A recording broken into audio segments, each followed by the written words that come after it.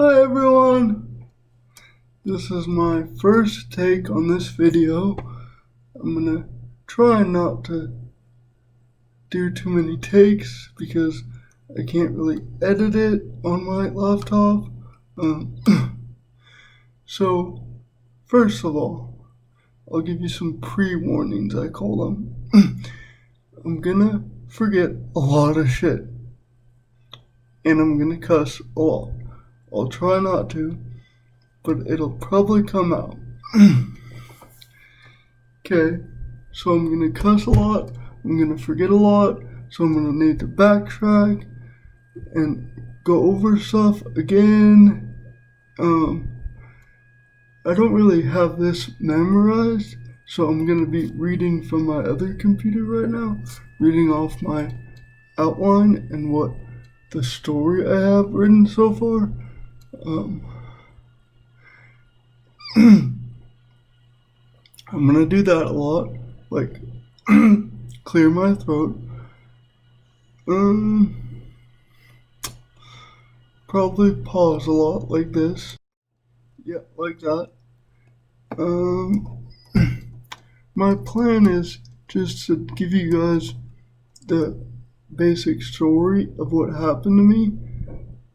First, I'll give you that, and then I'll probably do another video that is like split up and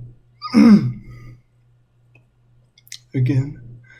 So this first one is just gonna be to tell you guys basically about my accident, what happened and how it happened and stuff, and then I'll go into the next video. I'll go into like what happened once I got out of the hospital after the accident happened, and how my recovery is going, and where all my drive comes from, and the whole mess. So here we go. Like I said, I'm probably going to be reading off my outline because I can't remember much. So yeah, just bear with me. So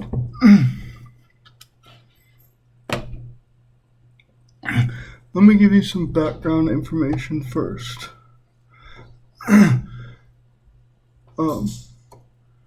So it's year 2015.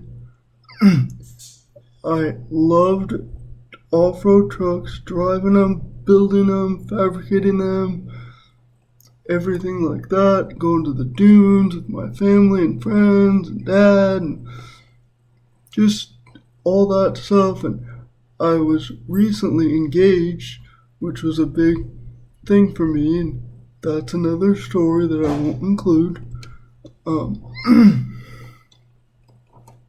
Again. So, I was also a very big weekend drinker. I would not so much party because it wasn't what my friends and I were into, like the big bar scene and shit. We liked going to just a few close dive bars, I guess you could say. And we became regulars at two of them that were directly across the street from each other. One was Zip's Sports Bar, which isn't really a dive bar, but you could say that, I guess. And then directly across the street was a bar named Hazelwood's Bar and Grill or whatever. That was a total crap hole dive bar. Well, they were 5 minutes from my house, so we became regulars there, like 2 or 3 times a week. We were always there. So big weekend drinker. We became regulars at 2 of these bars. I had recently gotten engaged. My fiance and I had just literally like a month before this accident, we had just bought our first house together that was like right by my dad's house and because my dad and his house is a big ordeal for me, and that's where I built trucks and where we always had parties. So we wanted a house that was close to his. So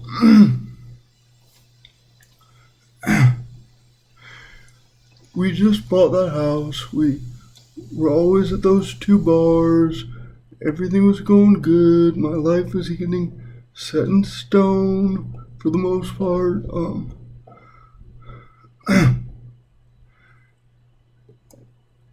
Oh, and the 2 bars that were directly across the street from each other, we would always just jaywalk because, the light was like a block away, and that's way too far to walk, especially if you're drunk. So we would always just jaywalk. We were smart, we thought, and so we would always just jaywalk across. There was never any issues. Was never any issues. So this night, July 31st, 2015, it was a Friday. Another pre-warning I already told you about. I'm gonna forget stuff, so just like that. It was July 31st, and I don't remember what the hell went on that week or weekend or anything before, but I was told that we had gone to Zips first with a few friends for dinner, a few beers, this and that, whatever. So I drove to Zips, parked to Zips, we walked into Zips, ate, whatever, and then when we went to go leave, we said, let's go to Hazelwoods for a few more beers, this and that. Just BS over there, and then we'll go home. So, when we left, we did our usual just jaywalk across the street to Hazelwoods. Fine, no close calls or anything that was told to me. Everything went fine. We had a few more beers over there. Now, I've been told that everyone that was with us and me, no one was like really drunk, kind of tipsy, this and that. I had to drive home, and as irresponsible as I was, it was fine. I wasn't drunk enough to not trust myself driving. So, we had gone to Hazelwood, had a few more beers, this and that, went to go leave, and most of us, actually everyone but my fiance and her best friend drove there, or met us there, or whatever. So they all got in their cars to drive away, and they drove away. At the time, it was my fiance, her best friend, and I left to go back to my truck, get in my truck, and leave. We had to just jaywalk back. Well, try. So the best way that my fiance then and her best friend can describe it is by telling me that they said they were so close in front of me that the second they put their weight on their feet, on both of their feet on the sidewalk, on the other side, that's when they heard the bang. And I face planted on a 40-ish mile an hour minivan. Yep. So, yeah. So I got hit by a car, and then I came crashing down, whatever, 50, 60 feet away. Not sure how exactly this all went down, and I don't like to ask my ex now fiance, like in detail how it went, because I don't want to bring bad stuff up in her head. So I came crashing down. Fiance and her friend run over to me, and of course they probably thought I was dead and I wasn't moving. I had gone straight into a coma, like instantly. Now,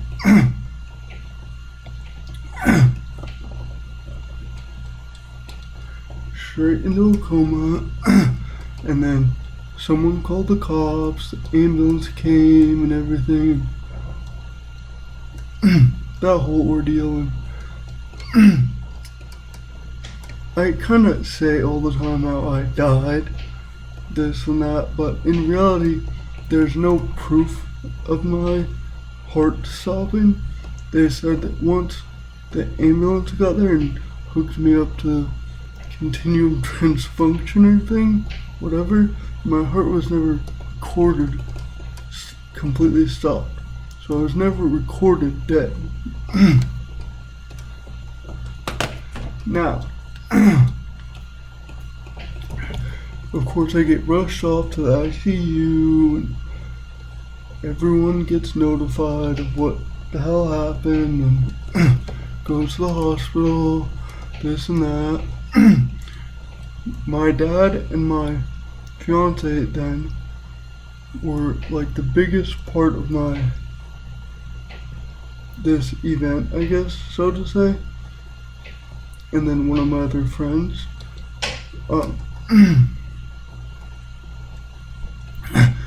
My dad and fiance were told that instantly that they just kind of knew it was a traumatic brain injury, a TBI. To be technical, it's called what I had is a DAI, diffused axonal injury, which is, they had said it's the worst, I guess, type of TBI that can happen. Like, and I've looked it up since then. I've done so much research. I guess I don't know the numbers, but a high percent of people with a DAI never wake up from a coma. Fuck. Forgot the big event. Now I need to retrace way back, before all this happened. How could I forget this? So, before that Friday night,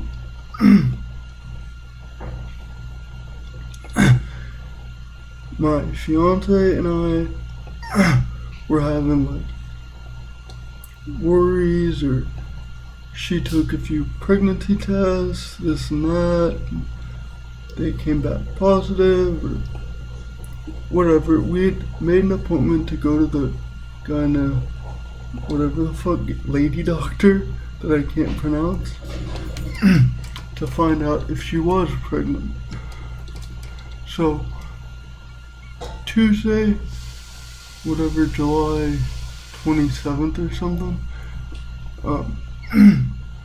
we go to the doctor and they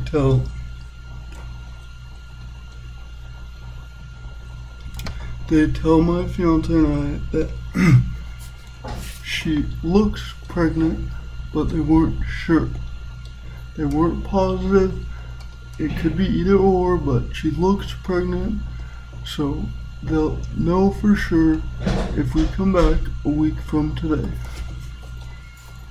meaning August 4th. And then they can see and they'll know for sure. So, okay.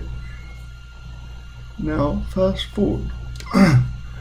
So, I'm in a coma, everyone's in the ICU, and this and that.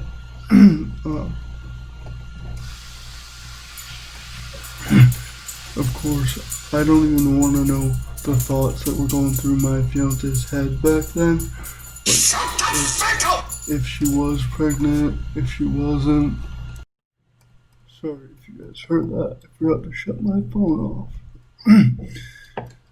So, my fiance, I'm sure, was freaking out, had no idea what was happening, what would happen, this and that. So, they tell her and my dad that it's a TBI, a DAI to be technical, this and that.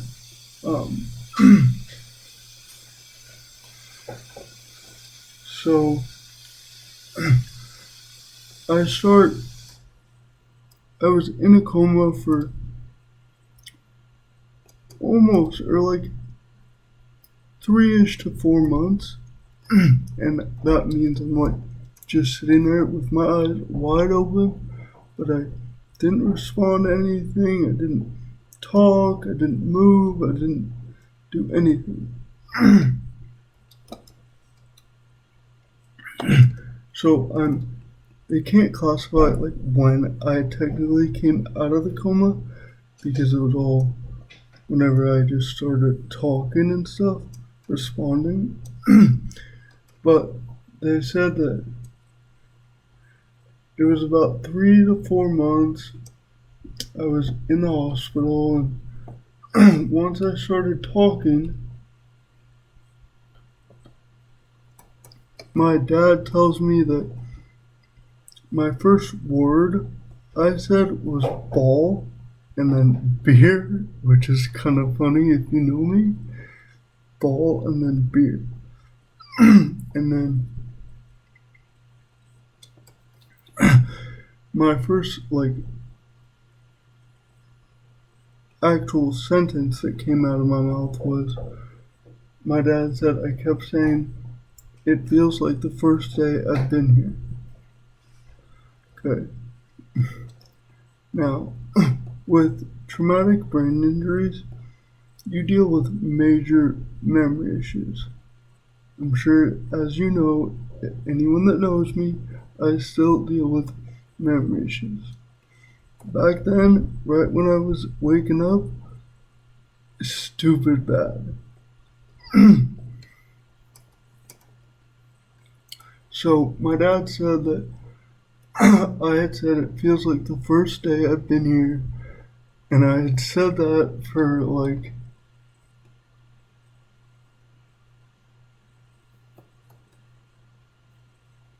about a month or so.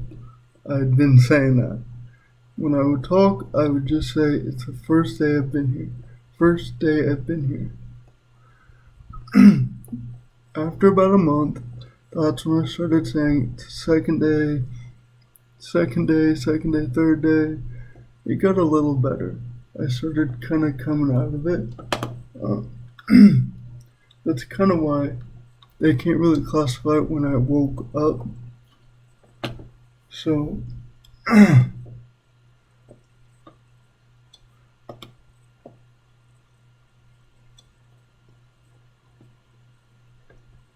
hold on, let me pause it. Okay. I had to kind of catch myself up on my outline. So, I was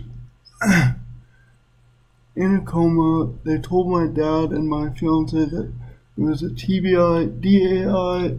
Now,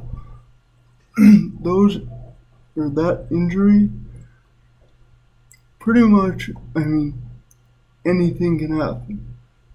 I could have lived another 40 years in a coma and then died in a coma at 60 or whatever. I could have woken up on Monday and walked out of the hospital just totally fine. I could have woken up and been physically fine but not remembered just about anything.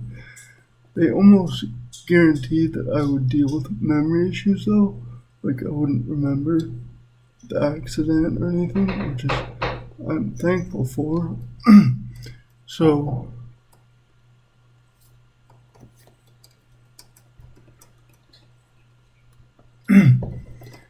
So anything can happen.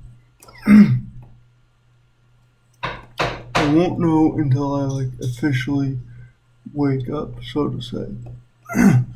So let's go back to in the moment. I was in a coma. Doctors were telling my dad and my fiance this. Fiance was probably flipping shit stuff because she didn't know if she was pregnant or not. Next Tuesday comes, August 4th. My fiance and her best friend that was walking with us that night go back to the gyna lady, whatever doctor, and they say, "You are for sure pregnant. For sure." And I'm sure I'm sure my fiance jumped with joy because she had said, and other people said, when they told her that she was pregnant, she had said, "In case Jake dies, I want a part of him to live on forever. So I want to have this child no matter what. I'll do anything to have this child, make sure he comes to Earth." Fucking awesome, right? She wanted to have a kid because she wanted to, but also for me in case I died. Great. So,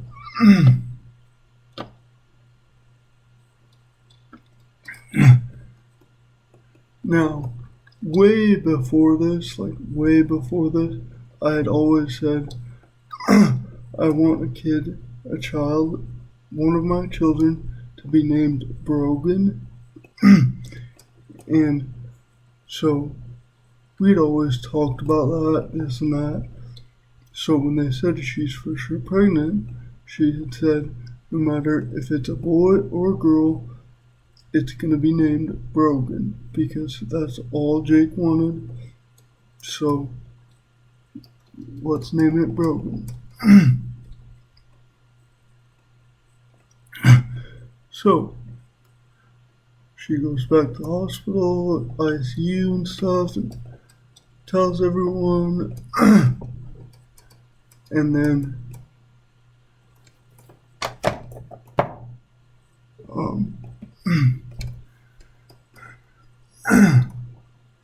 goes back to the hospital, tells everyone. Nothing really that, I guess, big or extravagant happened. I was still in a coma.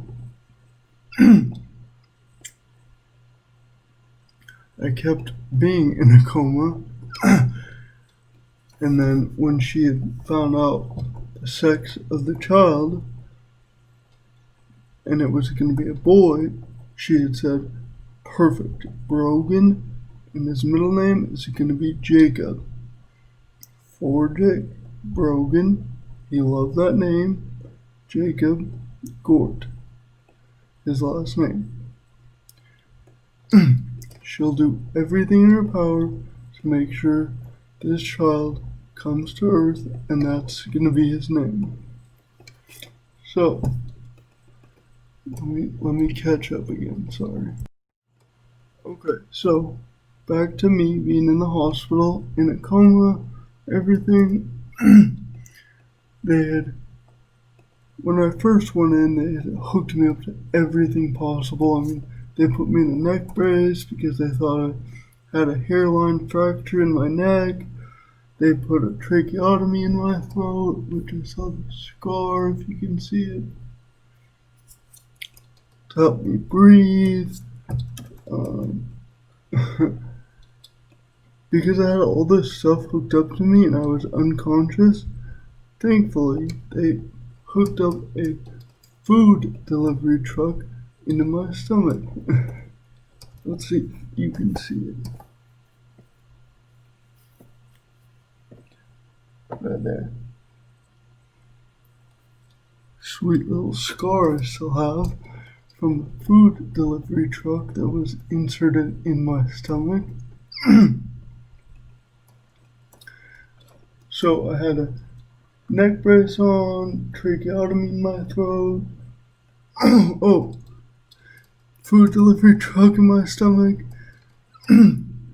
Since basically what happened is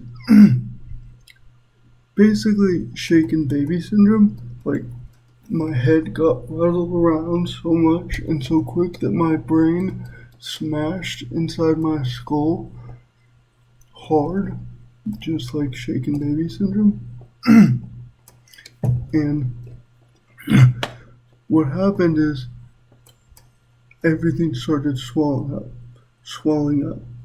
So they put all that hooked up to me and trach, whatever, and usually with a TBI, they have to literally cut part of your skull off to make the swelling go down, because when it swells inside your skull, it can't really go anywhere. So they were gonna do that, but the doctor said he wants to try and put a catheter in my head first, see if that brings the swelling down, and then they don't have to cut my skull off. Well, thankfully, it worked, because they got the swelling down enough to where they didn't have to cut my skull open. Hold on. Okay, now, one of the things that I'm actually pretty proud of, which is not surprising because I'm so addicted to gym life and stuff now. When I first went into the hospital and they hooked me up and everything, my weight was 240, which for how much I drank beer and didn't go to the gym and ate crappy food and everything like that, it wasn't very fat. Like, I wasn't chubby or anything. I had a little bit of a belly, but it was spread out all over, so it wasn't that bad. Being fed by the food delivery truck, that was another thing for so long, which was like 3 or 4 months. I was in a coma. I had gone down to, I think they said 180. So 60 pounds I lost just being on a feeding tube and sitting in a hospital bed, not moving. Yeah. So I'd gone down to 180 in the hospital. Then,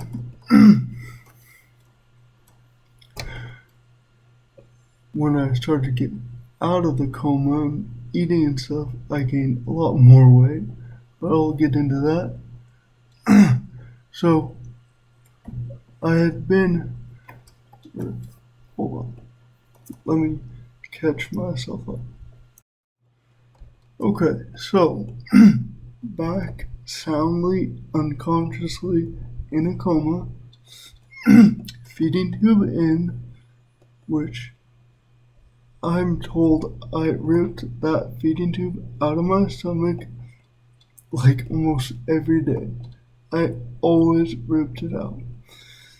The nurses just kind of knew when they would call for them, that's pretty much what they had to do, is reinsert the feeding tube in me. So after 3 months or so, when I started kind of responding to, like, not responding, but people would feed me stuff, and I physically, like, take it and swallow it and everything. Which is another thing. I used to be an extremely picky eater. Like, so picky. No sauce, no gooey stuff, no anything like that. It was dry, stuff, dry food, that's it. But they had said that they tried to feed me yogurt at one point, and I freaking loved it, I guess. I still love it to this day. And they said that since I was unconscious and not talking, I couldn't really say no to anything. So they just kept feeding me yogurt and all this stuff that I normally would have never gone near. So they just kept feeding me yogurt and stuff, and finally, I forgot what, I don't know what happened, but they said that one time after I ripped out my feeding tube and I was kind of eating solid foods, the nurse, I guess, was just like, I'm done with this. Like, he's eating enough physical foods by mouth. He'll be good just to do that. I'm gonna leave the feeding tube out this time. So, yeah. So they took the feeding tube out and left it out. And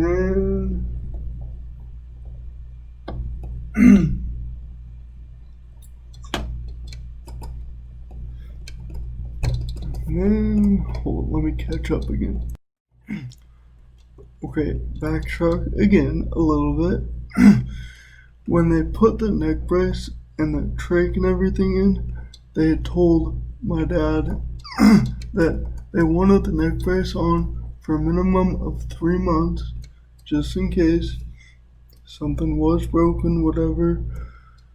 They wanted it on for 3 months. So 3 months of that, and then they had the trach in my throat, and then when I started like physically actually eating stuff, they took the trach out, said I can breathe on my own fine or good enough to take it out.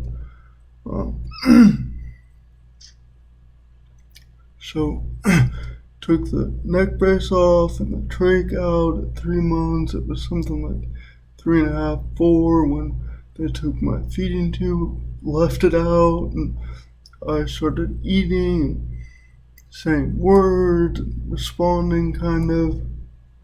So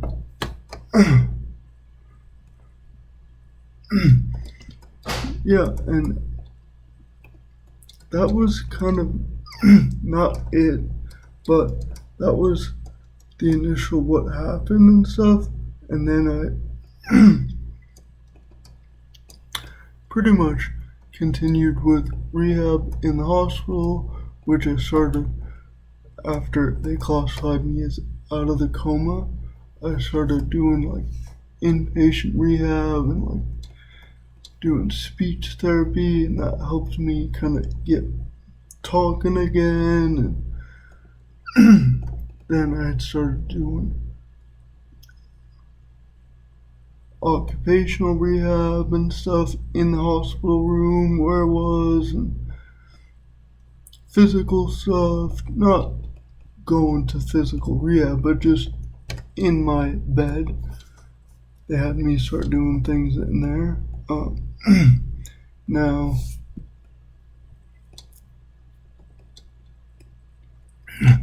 I had gone from the ICU somewhere else. I went to like 3 or 4 different, I think 4 different hospital / rehab units, just because of insurance shit.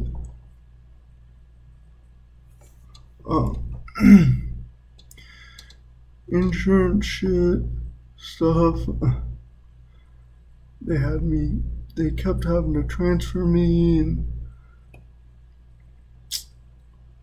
so I did that. I was doing rehab, kind of getting better, responding, talking, some like physical stuff. There was no way in hell I was walking or doing anything like that.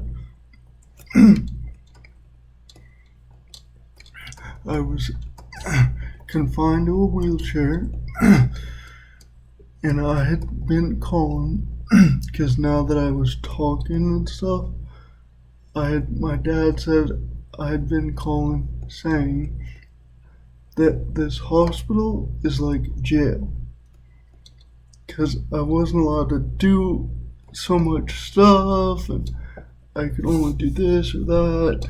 So I always said, I'm in jail. This is jail to me. That's what I called the hospital rehab unit that I was in. Jail. So,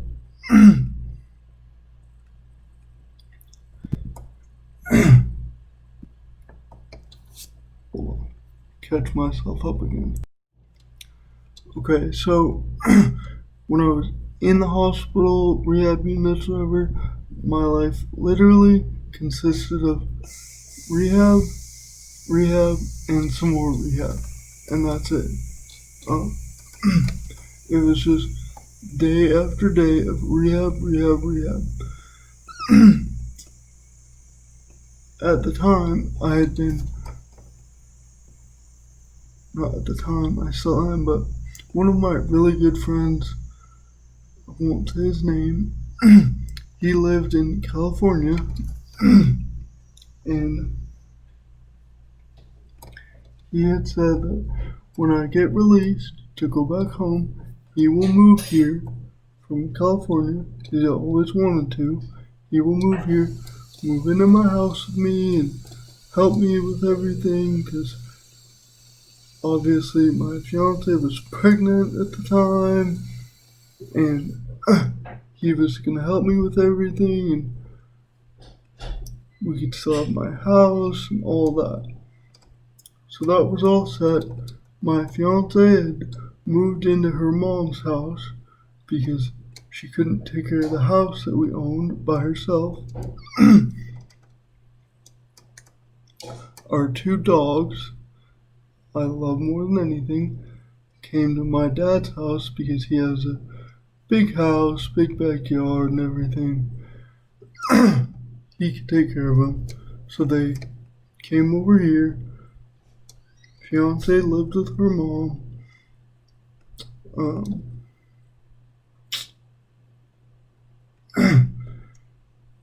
Okay, so they're about to release me and they had to do what's the word? Like an assessment of my dad's house. Because we said that's where I would go, is my dad's house. Because obviously with my fiance living with her mom and her being a small girl, she couldn't really help me with things, lifting things, and if and when, not if, when I fell, she couldn't really help me get up. So we had said that I'll move back in with my dad. And then when my buddy moves here, he can move into the house that we own, and I can move back in there with him. Sweet. So they do an assessment of my dad's house and everything, make sure everything is like I could use the bathrooms and use the showers and everything like that, because they weren't just gonna let me go on the street. Oh. So they did that and they approved his house and everything.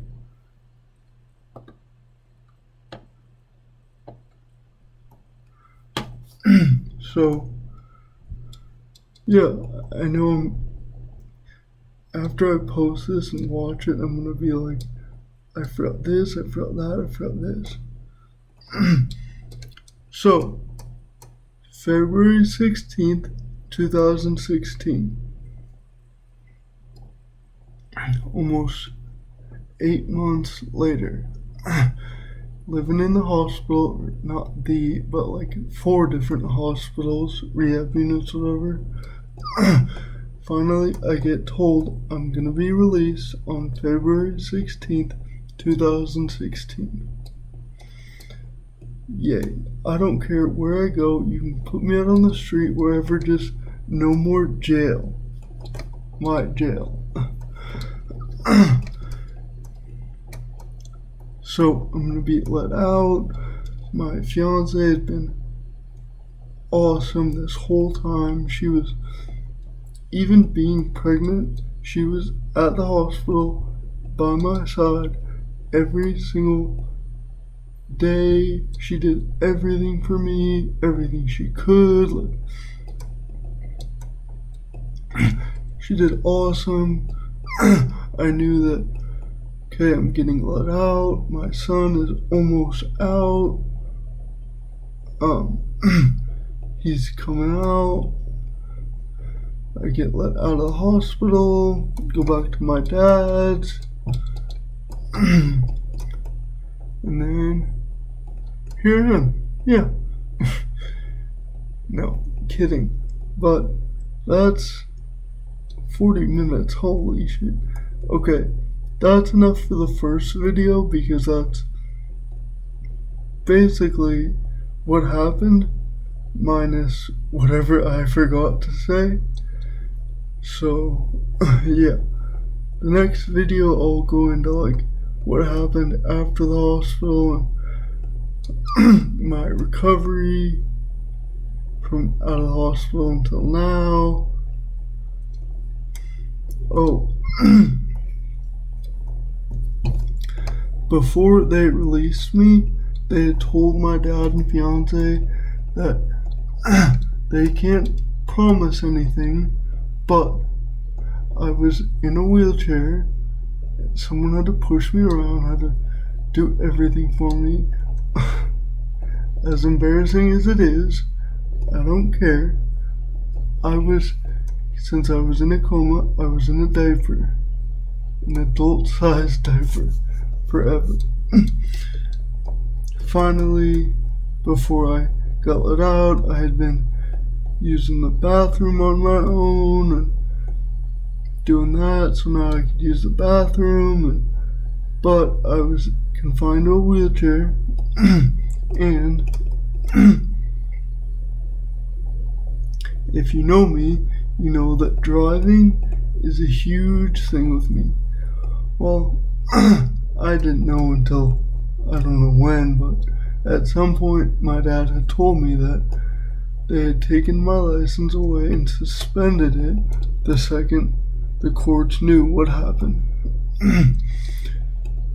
So I guess if you ever have a traumatic injury, your license is automatically suspended, because you're obviously not good in the head. I could have been physically fine, but maybe I didn't remember absolutely anything, and I had no idea what a red light meant, what street names meant, this and that. So they had taken my license away. I was in a wheelchair. I could use the bathroom. I had a son on the way.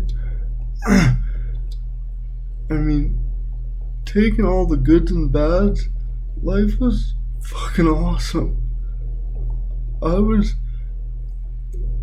getting out of the hospital and life was gonna go back to normal. Well, I thought. So, I get let out of the hospital, confined to a wheelchair. Oh, they had told my dad and fiance that they can't promise anything, but they did say that, they said that Jake will most likely, like I said, not promising, but they had said that he will most likely live the rest of his life in a wheelchair. Considering his injury, we're surprised that he's not in a care facility like 24/7. Meaning I had like an old person home 24/7. So life was pretty good. Let's see. What, is there anything else with the initial injury?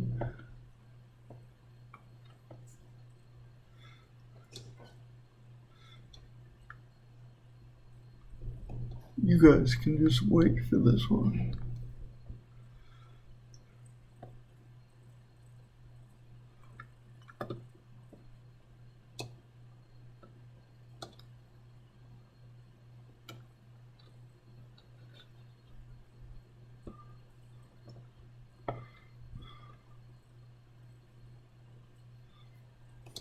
Yeah, so that's pretty much it, except for whatever I forgot, which I'll remember later. The next video I'll do will be my recovery and what happened afterwards and how I became the huge badass that I am today. And yeah. Thank you for listening. Bye, everyone!